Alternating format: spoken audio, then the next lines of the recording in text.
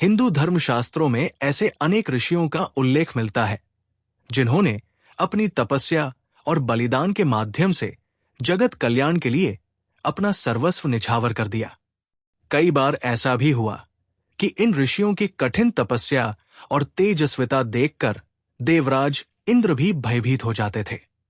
उन्हें ये डर सताने लगता था कि कहीं कोई ऋषि अपनी तपस्या के बल पर इतनी अद्भुत शक्तियां प्राप्त न कर ले कि स्वर्गलोक पर उनका प्रभुत्व कमजोर पड़ जाए। इसी भय से प्रेरित होकर इंद्रदेव कई बार ऋषियों की तपस्या भंग करने के लिए सुंदर अप्सराओं को पृथ्वी लोक भेजते थे।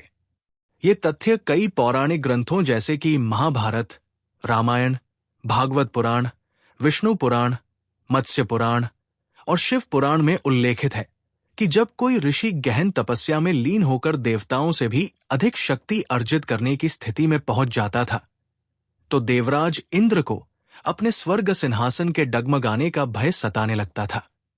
महाभारत में अर्जुन की तपस्या के समय भी इंद्र ने उर्वशी अप्सरा को भेजा था ताकि वो अर्जुन को काम भावना में फंसाकर उनकी तपस्या भंग कर सके, लेकिन अर्जुन ने उन्हें माता समान मानकर प्रणाम किया और इंद्र की योजना असफल हो गई। रामायण में भी मेघनाद की तपस्या को भंग करने के लिए देवताओं ने विभिन्न उपाय किए थे। इसी प्रकार भागवत पुराण में नारद मुनि के प्रयासों से कामदेव और अप्सराओं के छल की कहानियां भी मिलती है। ऋषि विश्वामित्र की तपस्या के दौरान भी इंद्रदेव ने उनके तप को भंग करने के लिए मेनका नामक अप्सरा को भेजा था।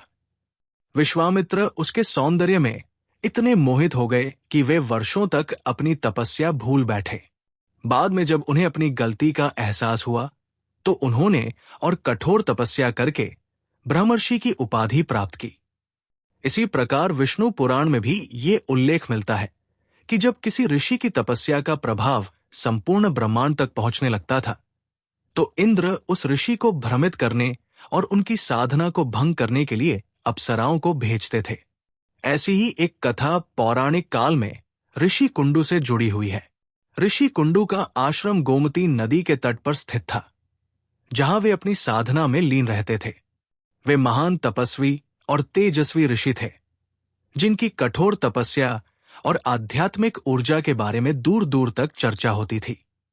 उनकी तपस्या इतनी प्रबल थी कि वे संसार की सभी इच्छाओं से मुक्त होकर केवल आत्म साक्षात्कार और ब्रह्म ज्ञान की ओर अग्रसर हो रहे थे। ऋषि कुंडू की तपस्या इतनी गहरी थी कि उन्होंने समय का बोध तक खो दिया था। वे न दिन देखते, न रात, न ऋतु परिवर्तन का कोई प्रभाव उन पर पड़ता था। उनके तप के तेज से पूरा क्षेत्र दिव्य आभा से प्रकाशित हो रहा था। पशु पक्षी भी उनके आश्रम के पास शांतिपूर्वक निवास करते थे, जैसे वे भी उस दिव्य ऊर्जा का हिस्सा बन गए हों। उनकी तपस्या के प्रभाव से वातावरण सात्विक और पवित्र बना रहता था, जहां हर जीव मात्र को शांति और संतोष की अनुभूति होती थी। देवराज इंद्र जब स्वर्गलोक से ये सब देख रहे थे तो उनके मन में भय उत्पन्न हुआ।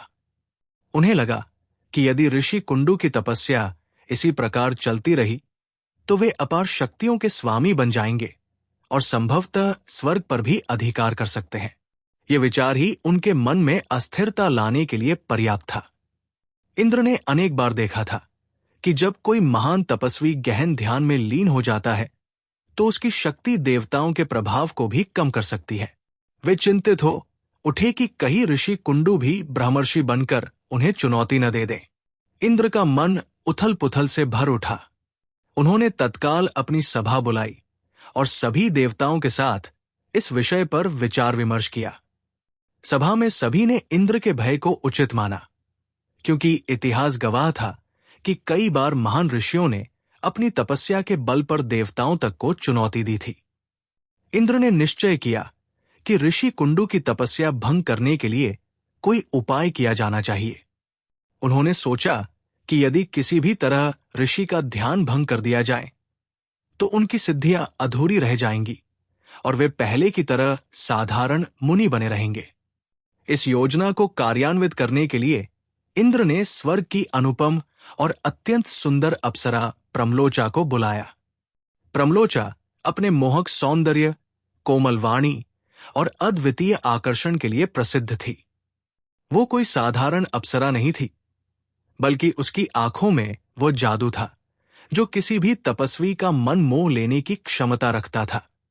इंद्र ने उसे आदेश दिया कि वो पृथ्वी लोक जाकर अपनी सुंदरता, भावभंगिमा और मादक वाणी से ऋषि कुंडू को मोहित करे और उनकी तपस्या को भंग करने में सफल हो।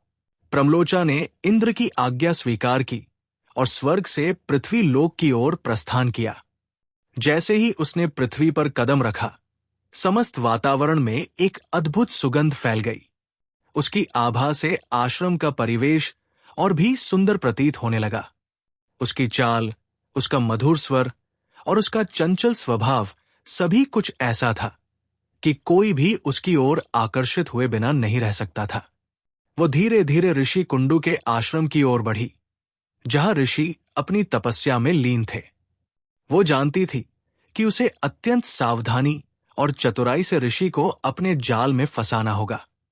जैसे ही वो आश्रम के समीप पहुंची, उसके सौंदर्य और कोमलता ने प्रकृति को भी मोह लिया। फूल और अधिक खिल उठे, पक्षी उसकी छवि देखकर मधुर संगीत छेड़ने लगे और वायु में एक अद्भुत सौंदर्य छलक उठा। ये सब इस बात का संकेत था कि अब ऋषि कुंडू की कठिन तपस्या एक नए मोड़ पर आने वाली थी। जैसे ही प्रमलोचा ऋषि कुंडू के आश्रम के पास पहुंची, समस्त वातावरण में एक नई ऊर्जा का संचार होने लगा। मंद मंद बहती पवन में एक मोहक सुगंध भर गई, पक्षियों का कलरव और मधुर हो गया और प्रकृति ने मानो स्वयं को और अधिक सुंदर बना लिया था। प्रमलोचा की चाल में एक अनोखी मादकता थी। उसकी आंखों की चमक चंद्रमा के प्रकाश जैसी थी और उसकी वाणी में ऐसा आकर्षण था जो किसी को भी सम्मोहित कर सकता था। उसने अपने रूप लावण्य और मनोहर मुस्कान से ऋषि को रिझाने का प्रयास किया। उसकी चितवन, उसकी मृदुल हंसी और उसके नूपुरों की रुंझुन मानो संपूर्ण वातावरण में एक संगीत भर रही थी। ऋषि कुंडू, जो अब तक गहन तपस्या में लीन थे, सहसा उसकी उपस्थिति को अनुभव करने लगे। वर्षों से उनकी इंद्रियां बाहरी जगत से विमुख हो चुकी थी, परंतु इस अप्सरा की अलौकिक सुंदरता और कोमल वाणी ने जैसे उनकी चेतना को पुनः जागृत कर दिया। धीरे धीरे जब उनकी दृष्टि प्रमलोचा पर पड़ी, तो वे सहसा ठहर गए। उनकी आंखों में एक नई चमक आ गई, जो अब तक केवल ध्यान और तपस्या के प्रकाश से प्रज्वलित होती थी। परंतु इस बार वो प्रकाश किसी और कारण से था। ये प्रमलोचा के अद्वितीय सौंदर्य का प्रभाव था। प्रमलोचा की कांति अप्रतिम थी। उसकी कमल के समान बड़ी बड़ी आंखें, उसका मोहक मुखमंडल, उसकी गुलाबी अधर रेखाएं और उसके अंगों का लावण्य किसी भी तपस्वी को मोहित करने के लिए पर्याप्त था। ऋषि कुंडू का हृदय, जो अब तक वासनाओं से परे था, सहसा एक नए रस में डूबने लगा। उनकी साधना, उनकी तपस्या और उनकी कठोर साधक वृत्ति जैसे धीरे धीरे पीछे छूटने लगी। प्रमलोचा ने अपनी सधी हुई वाणी से उन्हें अपनी ओर आकर्षित करना प्रारंभ किया। कुछ ही समय में ऋषि कुंडू की कठोर तपस्या भंग हो गई। वे अब ध्यान से विमुख हो गए और प्रमलोचा के मोहपाश में बंध गए। प्रमलोचा के सौंदर्य और उसकी चतुराई भरी बातों ने उन्हें इतना मोहित कर लिया कि वे अपनी तपस्या को भूल गए और उसके साथ रमन करने लगे। प्रमलोचा भी अपने उद्देश्यों में सफल हो रही थी। उसने धीरे धीरे ऋषि को अपनी मोहिनी माया में पूरी तरह जकड़ लिया। ऋषि कुंडू अब पूरी तरह प्रमलोचा के प्रेम में डूब चुके थे। वे उसे लेकर मंदराचल पर्वत की गुफाओं में चले गए, जहां उन्होंने उसके साथ रहना शुरू कर दिया। यह स्थान इतना रमणीय था कि प्रकृति भी यहां प्रेम की साक्षी बन रही थी। हरियाली से आच्छादित पर्वत, मंद मंद बहती शीतल वायु और जलधाराओं की मधुर ध्वनि इस वातावरण को और भी दिव्य बना रही थी। यहां रहते हुए ऋषि अपने पुराने जीवन और अपनी साधना को भूलते चले गए। ऋषि कुंडू और प्रमलोचा का प्रेम प्रसंग केवल कुछ वर्षों तक सीमित नहीं रहा, बल्कि ये 900 वर्षों तक चला। 900 वर्षों तक वे प्रमलोचा के प्रेम और भोग विलास में लीन रहे। ये समय ऋषि कुंडू को जैसे किसी स्वप्नलोक में ले आया था, जहां केवल प्रमलोचा का मोहक रूप, उसकी हंसी, उसकी क्रीड़ाएं और उसका साथ ही उनके जीवन का केंद्र बन चुका था। उन्हें न काल का बोध रहा, न ही अपनी तपस्या का स्मरण। वे केवल प्रमलोचा के साथ हर क्षण का आनंद ले रहे थे। समय बीतता गया, लेकिन प्रमलोचा को धीरे धीरे ये अनुभव होने लगा कि ऋषि कुंडू अब अपने मूल धर्म, अपने तप और अपने वास्तविक उद्देश्य से भटक चुके हैं। उसने समझा कि अब उसे स्वर्ग वापस लौट जाना चाहिए। उसने ऋषि कुंडू से कहा, हे महर्षि, अब समय आ गया है कि मैं स्वर्ग वापस लौट जाऊं। मेरा कर्तव्य पूरा हुआ और मुझे अब यहां और नहीं रुकना चाहिए। ये सुनकर ऋषि कुंडू व्याकुल हो उठे। उनके लिए ये विचार भी असहनीय था कि प्रमलोचा अब उन्हें छोड़कर जा सकती है। उन्होंने करुण स्वर में कहा, हे देवी, अभी कुछ और समय मेरे साथ रहो। तुम्हारे बिना ये जीवन शून्य हो जाएगा। मैं तुम्हारे बिना जीने की कल्पना भी नहीं कर सकता। प्रमलोचा को उनकी व्याकुलता देखकर संकोच हुआ। वो जानती थी कि यदि उसने ऋषि को दुखी किया तो वे उसे श्राप भी दे सकते हैं। इसीलिए उसने उन्हें समझाने के बजाय कुछ और समय उनके साथ रुकने का निश्चय किया।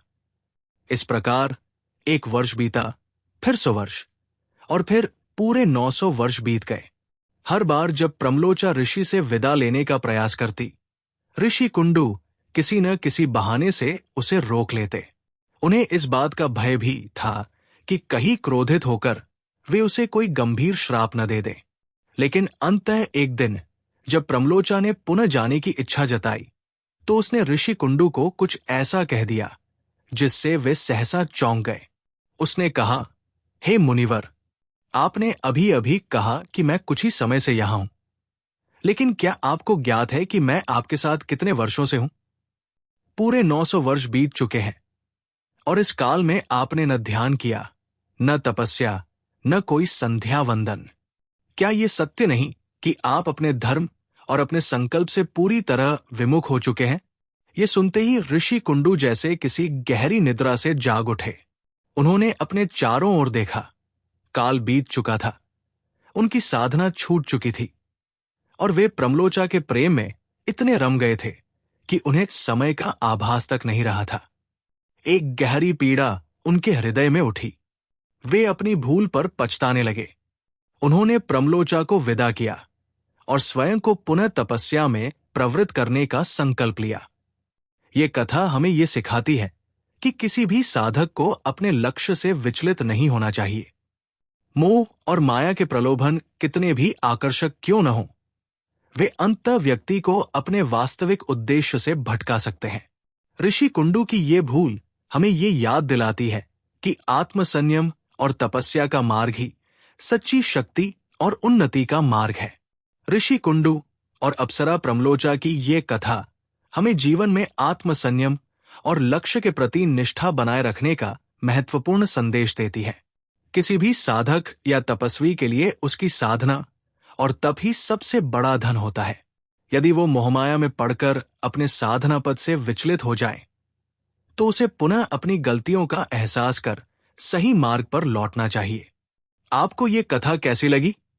कृपया हमें कमेंट करके बताइए और इस ज्ञानवर्धक कथा को अधिक से अधिक लोगों तक साझा करें।